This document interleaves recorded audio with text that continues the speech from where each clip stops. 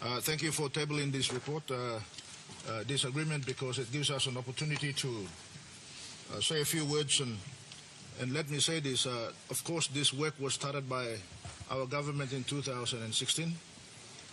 The agreement that we were looking for was a little bit different from what you have signed. But let me say there is nothing wrong with our country entering into an agreement such as this with the United States or any other country for that matter. The issues that we have is that about consistency of our policies that we have had since independence in 1975. The issue about this agreement, Mr. Speaker, I've just had an opportunity to read through some of the paragraphs of this, and Article 3 concerns me. Article 3 of the Defense Agreement concerns me. I know we've got some brilliant lawyers and they must have cleared it, but I hope that this is not going to breach our constitutional provisions and the laws that we have. And Article 3, Paragraph 3, where it says that Papua New Guinea is conceding jurisdiction over to the visiting forces, conceding. And further it goes down to say that U.S. authorities will have exclusive right to exercise criminal jurisdiction over U.S. personnel. Now, bearing in mind the challenge by the governor for Morobe before about the Australian agreements that we signed, this is the very similar sort of wording that it challenged the Supreme Court and the government lost. But now, when we are adopting this in this parliament, we are conceding our jurisdiction over to U.S. government. So we just need to be careful about what we are saying. Additionally, it says that the United States government has exclusive right to exercise civil and administrative jurisdiction over U.S. personnel for all their acts or omissions in the course of their official duty. And any acts or omissions that are done outside the official duties will come under PNG jurisdiction, but it further goes down on the same paragraph, says that Papua New Guinea authorities will immediately notify the U.S. authorities and shall promptly transfer this personnel over to the U.S. authorities. So that's paragraph 3. And it further goes down and says, shall immediately notify U.S. authorities of the arrest or detain, and that their properties and the effects and their private residence shall be inviolable. Well, I had to look up the dictionary to find out what that meaning was. Well, it says it can never be broken. That's what it says. So, this is not quite in line with what is the provisions of our law and our constitution. And that was tested by the Wenge challenge. So I think Parliament and government needs to take heed of this. And of course, it further states on paragraph 4 that U.S. forces shall have the authority to impose disciplinary measures in the territory of Papua New Guinea in accordance with U.S. laws and regulations. So if that doesn't concern you, well, I stand to differ. And then we talk about sort of the access to the areas that they are going to operate. And the areas that they are going to operate is listed at the back. At the back, which talks about the list of people,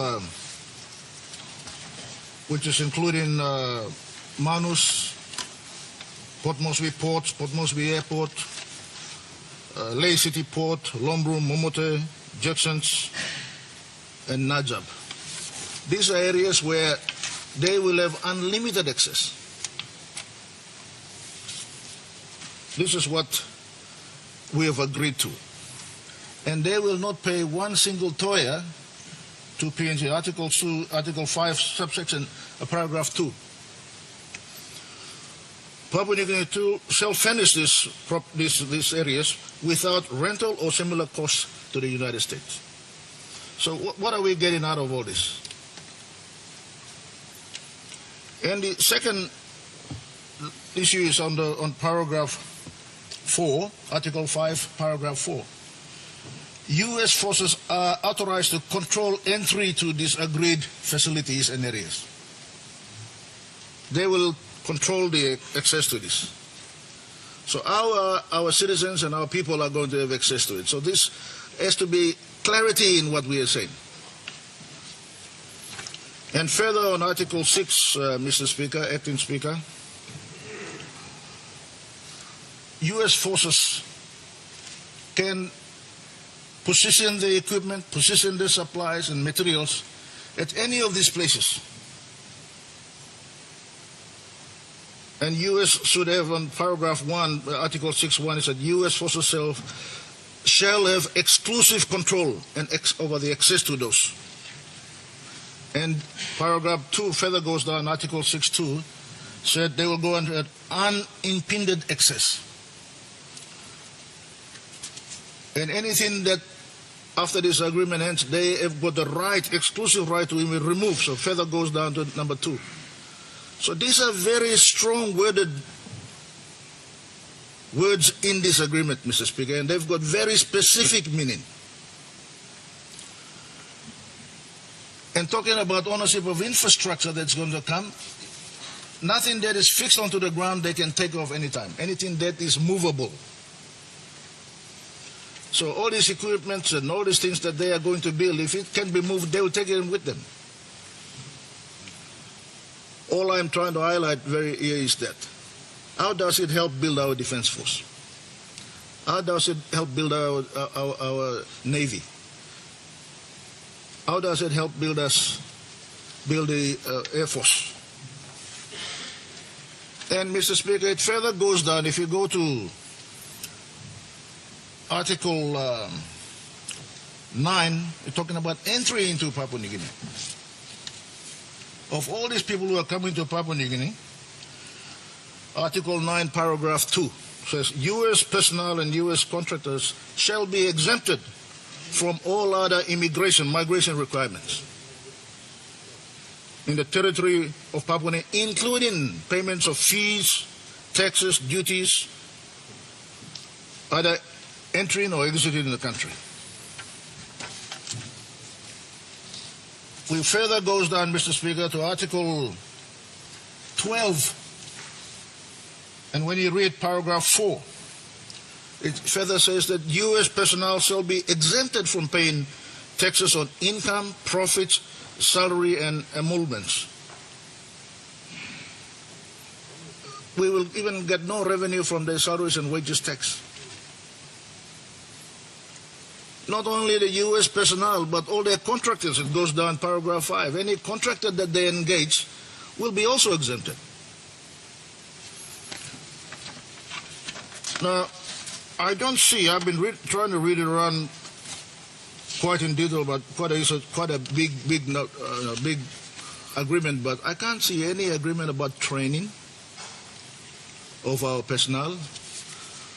I can't see how Minister for Trade was talking about us engaging some of our own Defense Force people to be employed by United States Army.